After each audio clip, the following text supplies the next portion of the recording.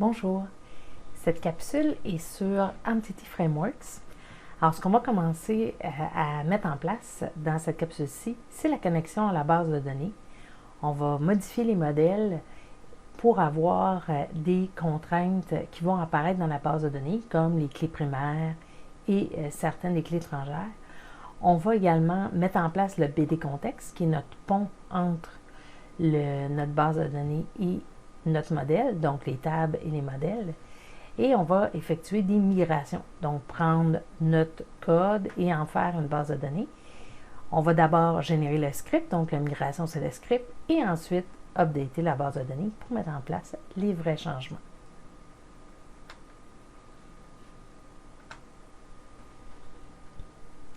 Pour ça, on a besoin de certains packages NuGet. Donc, on va avoir besoin, entre autres, d'Entity Framework Core, de Entity Framework SQL Server. Si on utilisait une autre base de données qu'SQL Server, alors on prendrait un autre fournisseur. Ça pourrait être Entity Frameworks de Oracle, par exemple. Ensuite, on va avoir besoin de deux outils. On n'en a pas besoin tout de suite, mais quand même éventuellement. Donc, le Framework Core Tools et le Framework Core Design qui vient avec. Si vous installez Tools, ça va vous proposer d'installer Design en même temps. Alors ça, on va aller chercher ça dans notre bibliothèque NuGet. Parce que avant, tout ça s'installait, les anciennes versions, pas Core, s'installait automatiquement dans le modèle de notre solution et ça faisait de très, très gros systèmes, étant donné qu'on traînait des bibliothèques qu'on n'utilise pas. Donc des services.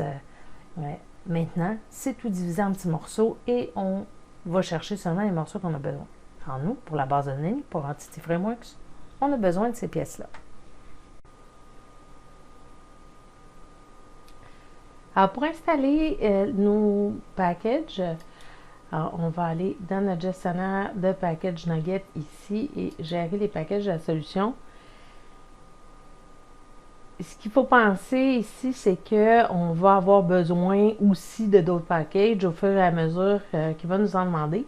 Par contre, pour ce qui est de travailler avec SQL Server, on le sait déjà qu'il y en a plusieurs dont on a besoin. Donc, on peut les installer tout de suite, même si on ne les utilisera pas tous dans cette capsule-ci. Alors, d'abord, on va aller chercher notre Entity Frameworks.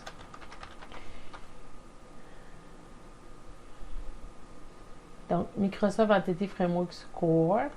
Alors, vous voyez que vous avez le Microsoft Entity Frameworks Core de base. Alors, celui-là, on en a besoin.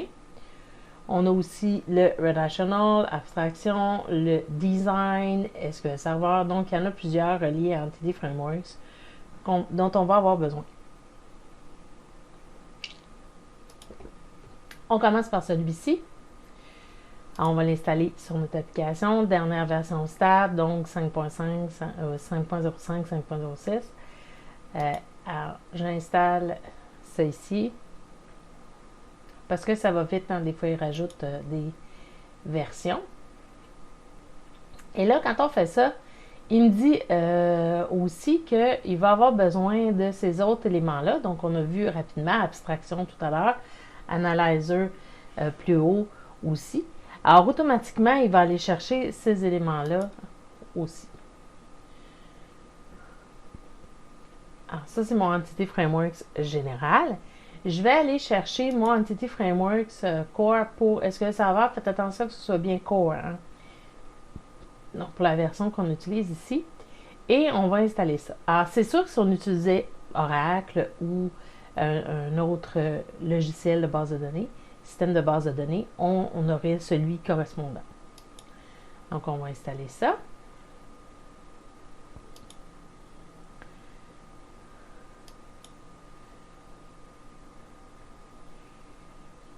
On va aller chercher aussi Microsoft Framework Core Tools qu'on va utiliser éventuellement. Alors, Microsoft Frameworks Core .tools. Juste pour qu'on ait moins de choix. Alors, je vais aller chercher ça.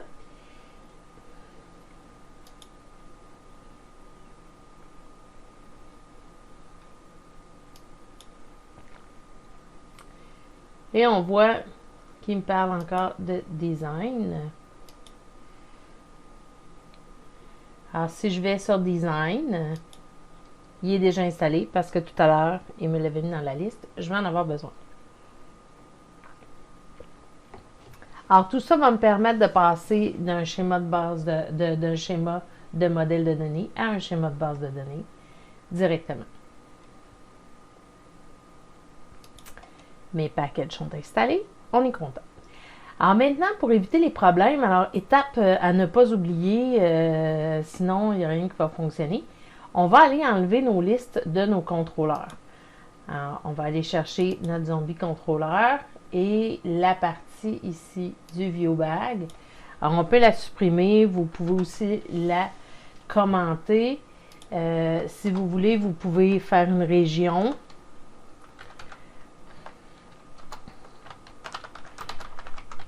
Donc, comme ça, en ayant une région, ça va me permettre de masquer puis de savoir aussi d'où ça venait. Alors ici, je vais avoir la possibilité de rapetisser cet élément-là et comme ça, je ne l'aurai pas dans mes jambes. Je vais aller faire la même chose avec le type de contrôleur. Alors, je vais mettre ça en commentaire et je vais aller faire ma région.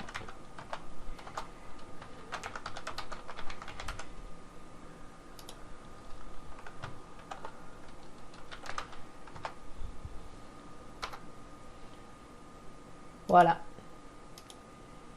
Alors comme ça, vous avez l'exemple qu'on avait au début. Il n'est pas complètement perdu. Vous l'avez toujours quand même sous les yeux. Mais si vous ne faites pas ça, vous allez avoir un message d'erreur quand vous allez faire la migration tout à l'heure. Alors ça, c'est important.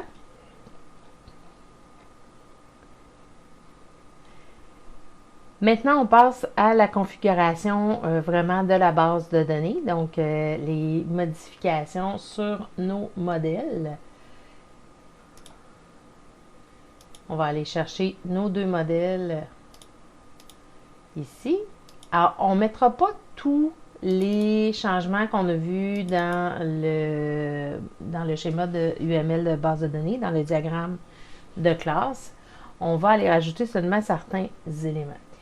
Alors ici, dans Zombie, alors dans la classe Zombie, je veux aller ajouter la notation ici qui pour lui dire que ça va être une clé primaire. Alors, c'est la première fois que j'utilise ces choses-là dans ma classe. Alors, il va falloir que je dise, va chercher les data annotation. Alors, qui, ça veut dire clé primaire, primary key. Il va faire du champ qui a en dessous la primary key. Alors, je vais aller ajouter ce champ-là de zombie. Alors, un petit ID ici. Pour le name, on va aller rajouter une contrainte d'obligation. Alors ça, on l'avait fait, on a fait la même chose dans Zombie Type. Alors on va lui dire que c'est required, qu'on ne permet pas d'avoir un champ vide, donc une propriété vide, et le message erreur, qui avait d'ailleurs une erreur dedans. Ensuite, on va mettre, si vous vous rappelez le schéma de la base de données, donc le schéma UML de tout à l'heure, le pointage pour les zombies va de 1 à 10. Donc, on va mettre une limitation de range. Alors, notre annotation va être range entre 1 et 10 et on va mettre le message d'erreur. Donc, les points doivent être entre 1 et 10. Qu'on va franciser plus tard. Alors ça, c'est pour zombie. Alors, je vous rappelle qu'on a mis la notation clé pour identifier la clé primaire. Ce n'est pas une obligation. Dès qu'on met ID ou le nom de la table avec ID, donc si j'avais écrit zombie ID au lieu d'ID, il aurait quand même automatiquement pris ça pour une clé primaire. Par contre, si je l'appelle autrement comme numéro de zombie, NO zombie ou quelque chose comme ça, là, il ne va pas le reconnaître. Donc, il ne va pas mettre la clé automatiquement, la clé primaire dessus. Tandis que si je lui indique, peu importe le nom que j'ai donné à mon champ, il va en faire la clé primaire. On n'aime pas beaucoup ça, mettre des clés primaires sur autre chose que des numéros automatiques, hein, parce que c'est beaucoup plus facile et automatique si vous mettez ça sur des séquences que si ça dépend de l'entrée d'un utilisateur. C'est toujours plus dangereux. Donc, c'est pas parce qu'on ne peut pas le faire, c'est parce qu'on ne souhaite pas le faire. Dans Zombie Type, donc c'est toujours ID comme clé primaire ici, et on ne va pas mettre le key pour celui-là. Donc, pour vous montrer comment ça va fonctionner, on ne va pas l'indiquer dans mon Zombie Type. Puis, vous allez voir comment Entity Frameworks va le gérer.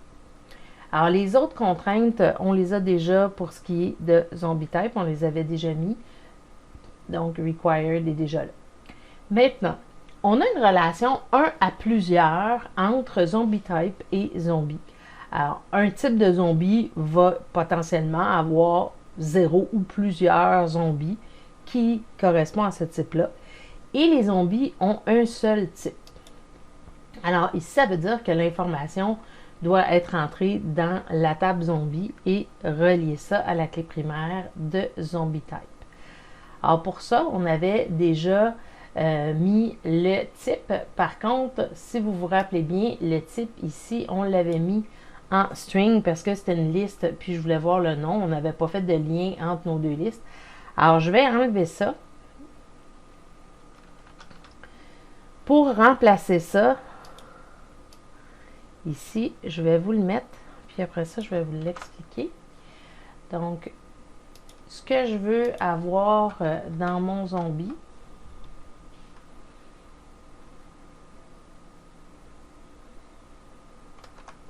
c'est une indication spécifique de mon type de zombie.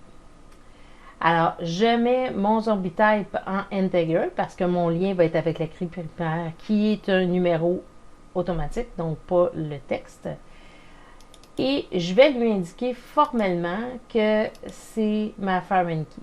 Alors, je ne suis pas obligée d'identifier le nom du champ.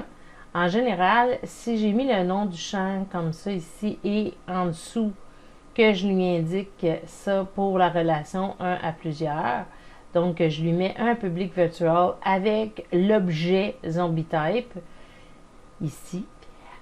À ce moment-là, automatiquement, il va pouvoir définir ma foreign key. Par contre, si je l'indique moi-même, je suis certain d'avoir un nom qui correspond à ce que j'ai mis ici dans ma contrainte, souvent plus clair. Alors moi, même si c'est facultatif, je vous suggère de toujours le mettre vous-même. Donc, vous avez indiqué le champ, ça c'est obligatoire, donc pour la foreign key.